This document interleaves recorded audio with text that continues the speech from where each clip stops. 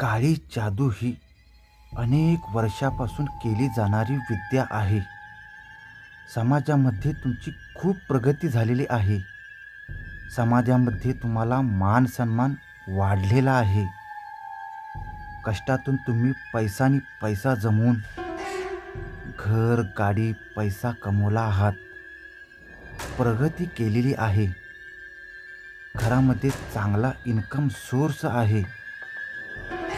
तुम्ही घरामध्ये सर्वजण सुखी समाधानी आहात. तुमच्या घरामध्ये सर्व प्रकारच्या भौतिक सुख समृद्धी आहेत.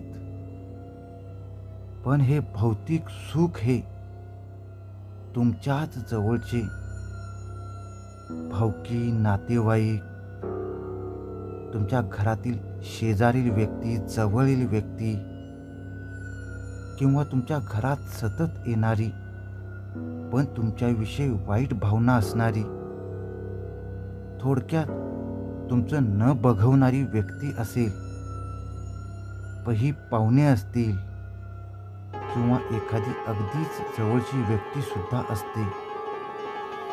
पण ती व्यक्ती आपणास माहीत नसते. यांना तुमची प्रगती बघवत नसते. मग अशी लोक काय करतात की वाईट कृत्य अशी करतात, अशी सुरुवात करतात. त्यापैकी कोणीही तंत्र साधना जाणत असला तर स्वतः तुमच्यावर तंत्र साधना करते. तुमचं घर, प्रगती, पैसा अगदी वरून खाली कोसळून पाहते. तुमच्या घरामध्ये वंशवृद्धी झाली नाही पाहिजे. तुमच्या घरातील एक व्यक्ती लागोपाठ मरण पावला पाहिजे. तुमच्या घरामध्ये कोणत्याही सुखसोयी आल्या नाहीत पाहिजेत. तुमच्या घरामध्ये रोगराई पसरली पाहिजे. दवाखाना तुमच्या मागे लागला पाहिजे. तुमच्या घरातील मुलांना नोकऱ्या केल्या पाहिजेत. तुमच्या घरातील मुलं व्यसनाधीश झाली पाहिजेत. अशा अनेक प्रकारच्या तंत्रसाधना तुमच्यावर केल्या जातात. तर या तंत्रसाधनेला काय वापरतात? तर यासाठी अतृप्त आत्मे वापरतात. होय, तुम्हाला पटणार नाही. काही लोकांना असल्या गोष्टी पटत नाहीत, अंधश्रद्धा वाटतात. पण हे सत्य आहे. आता ज्यांनी ही क्रिया करता येत नाही ते लोक काय करतात? तर ते लोक एखादा मांत्रिक पकडतात. त्यांना तुम्ही स्पर्श केलेली कोणतीही वस्तू दिली जाते. त्यांना सांगतात, हे आमचे दुश्मन आहेत. यांनी आमचे नुकसान केलेले आहे. तर यांचे घर कधी वरती आलं नाही पाहिजे. त्यांच्या घरामध्ये वंशवृद्धी झाली नाही पाहिजे. अचानक आघात झाला पाहिजे. पैशाची हानी झाली पाहिजे. ते घर भेकेला लागले पाहिजे. घरामधील लोक व्यसनाधीश झाली पाहिजेत. अशा क्रिया मांत्रिक आणि मांत्रिकाला करायला लावतात. मग तो मांत्रिक पैशाच्या लालसेपोटी असे कहाण नृत्य करायला सुरुवात करतो. इथून पुढे सारा खेळ सुरू होतो.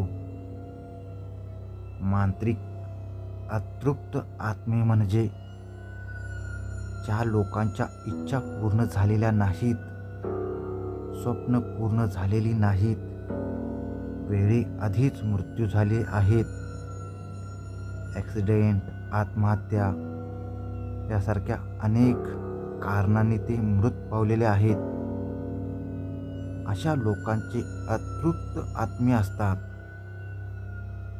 ते मोक्षच्या शोधात असतात. जे भूत योनी तांत्रिक वश करतात आणि त्या व्यक्तींना त्रास देण्यासाठी ते आत्मे घरात पाठवतात आणि घरात प्रभाव टाकायला सुरुवात करतात आणि त्यानंतर सर्व वाईट घटना घडायला सुरुवात होतात. होत्याचं नव्हतं होतं. आपाप घर फुटायला सुरुवात होते. घर बर्बाद होऊन जाते. अमावस्या पौर्णिमा आली की भांडणे तंटे निर्माण होतात. पती पत्नींचे पटत नाही. घरामध्ये सतत वादविवाद होतात. भांडणापर्यंत पोहोचतात. अशा प्रकारच्या विविध कारणे आहेत. अशा पद्धतीने ही काळी जादू प्रभाव टाकून आपले काम करण्यास सुरू करते. हे सर्व होत असताना कधी अचानक घटना घडलेल्या आहेत, घटना घडत आहेत, होणार आहेत हे समजत सुद्धा नाही. पण मग यापासून वाचू शकतो काय? उपाय आहेत काय? सुटका होऊ शकते काय? या सर्वातून बाहेर पडता येते काय? यापुढे काय करायचे आहे?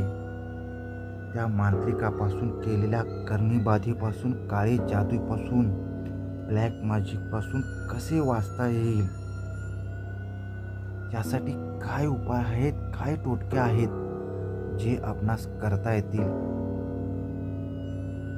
ते आपण माझ्या पुढील व्हिडिओमध्ये मी उपाय सांगणार आहेत. आवर्जून पहा.